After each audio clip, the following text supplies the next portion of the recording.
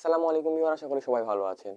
আমরা যারা নতুন নতুন ইউটিউবিং শুরু করেছি তাদের মাথায় অনেক প্রশ্ন থাকে, কিভাবে আমরা সাবস্ক্রাইবার বাড়াবো, কিভাবে ওয়াচ টাইম বাড়াবো। তো এই বিষয়ে আজকের ভিডিও। তো আজ আমাদের মনে যে প্রশ্নগুলো থাকে সেই প্রশ্নগুলোর মধ্যে সাবস্ক্রাইবার, ভিউজ এবং ওয়াচ টাইম এই তিনটি বিষয় হলো খুবই গুরুত্বপূর্ণ।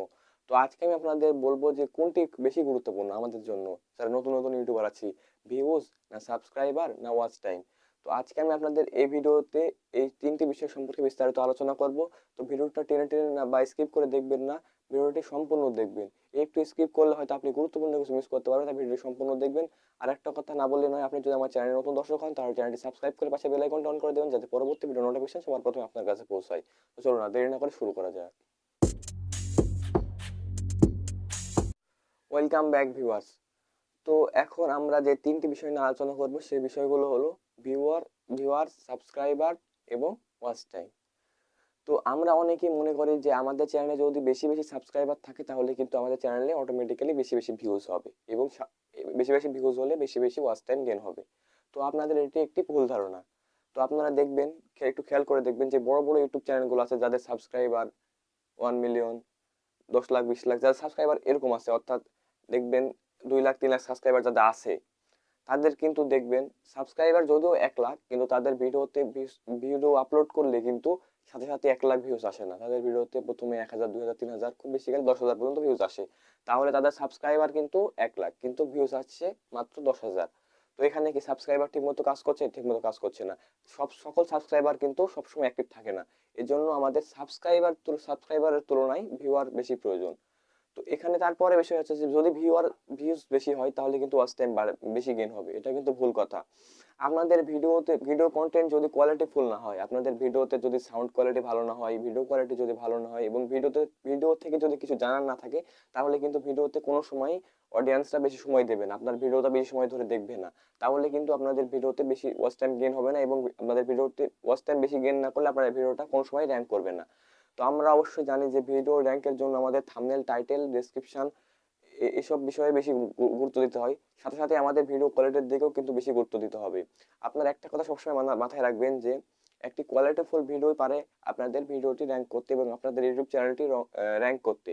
আপনারা হয়তো ভাবছেন যে আমাদের ভিডিওতে ভিউজ হচ্ছে না, সাবস্ক্রাইবার হচ্ছে না। আপনারা সাবস্ক্রাইবার পেছনে দৌড়ানো বাদ দেন, আগে ভিউজটি কমপ্লিট করেন। অর্থাৎ আপনারা টার্গেট নেন যে আমি একটি ভিডিও আপলোড করব, ভিডিওতে ভিউজের প্রয়োজন, আমার সাবস্ক্রাইবারের দরকার নাই, ওয়াচ টাইমেরও দরকার নাই। আপনি ভিডিওটা কোয়ালিটিফুল করেন, ভিডিওটা যেন মানুষ দেখে কিছু শিখতে পারে, কিছু জানতে পারে।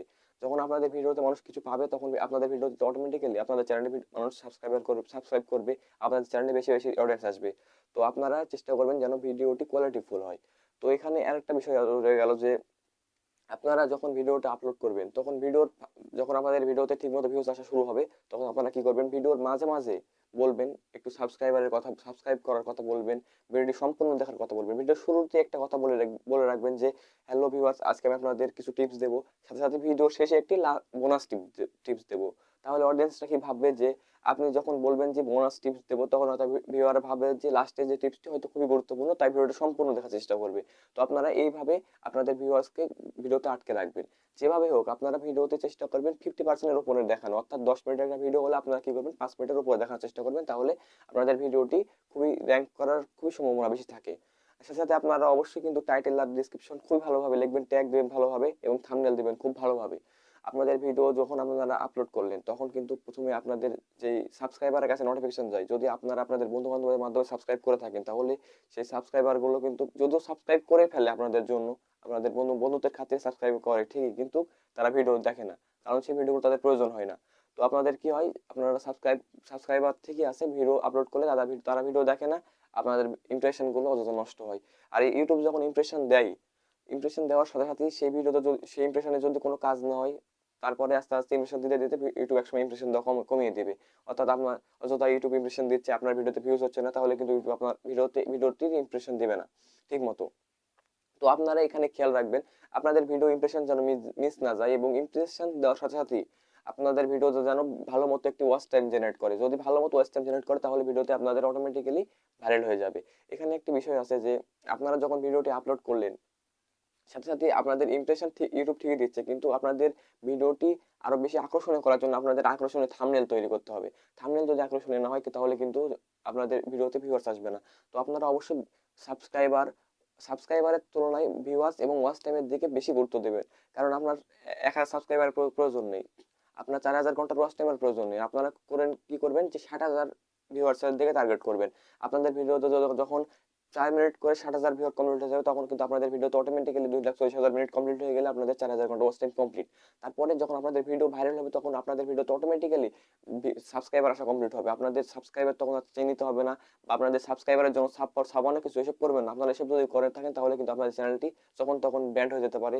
আপনারা অনেক কিছু করতে পারেন, যেমন কমিউনিটি গাইডলাইন স্ট্রাইক আসতে পারে। তো আপনারা ভুলেও এই কাজগুলো করবেন না। আপনারা সবসময় কি করবেন, রিয়েল কন্টেন্ট আপলোড করবেন। সাথে সাথে আপনারা সাবস্ক্রাইবের দিকে না দৌড়িয়ে আপনারা ভিউয়ার্সের দিকে দৌড়াবেন, ওয়াচ টাইমের দিকে দৌড়াবেন, এবং ভালো ভালো থাম্বনেল দেবেন, ভালো ভালো ডেসক্রিপশন, ট্যাগ, টাইটেল এসব ইউজ করবেন। তাহলে আপনাদের ভিডিওটি তাড়াতাড়ি র্যাঙ্ক করবে।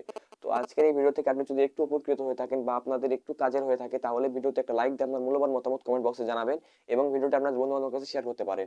সাথে সাথে আপনি যদি আমার চ্যানেল নতুন দর্শক হন, এখন পর্যন্ত সাবস্ক্রাইব না করতে থাকলে প্লিজ চ্যানেলটি সাবস্ক্রাইব করে দেবেন। দেখা হবে আগামীকাল নতুন কোনো ভিডিও নিয়ে। ততক্ষণ ভালো থাকবেন। খোদা হাফেজ।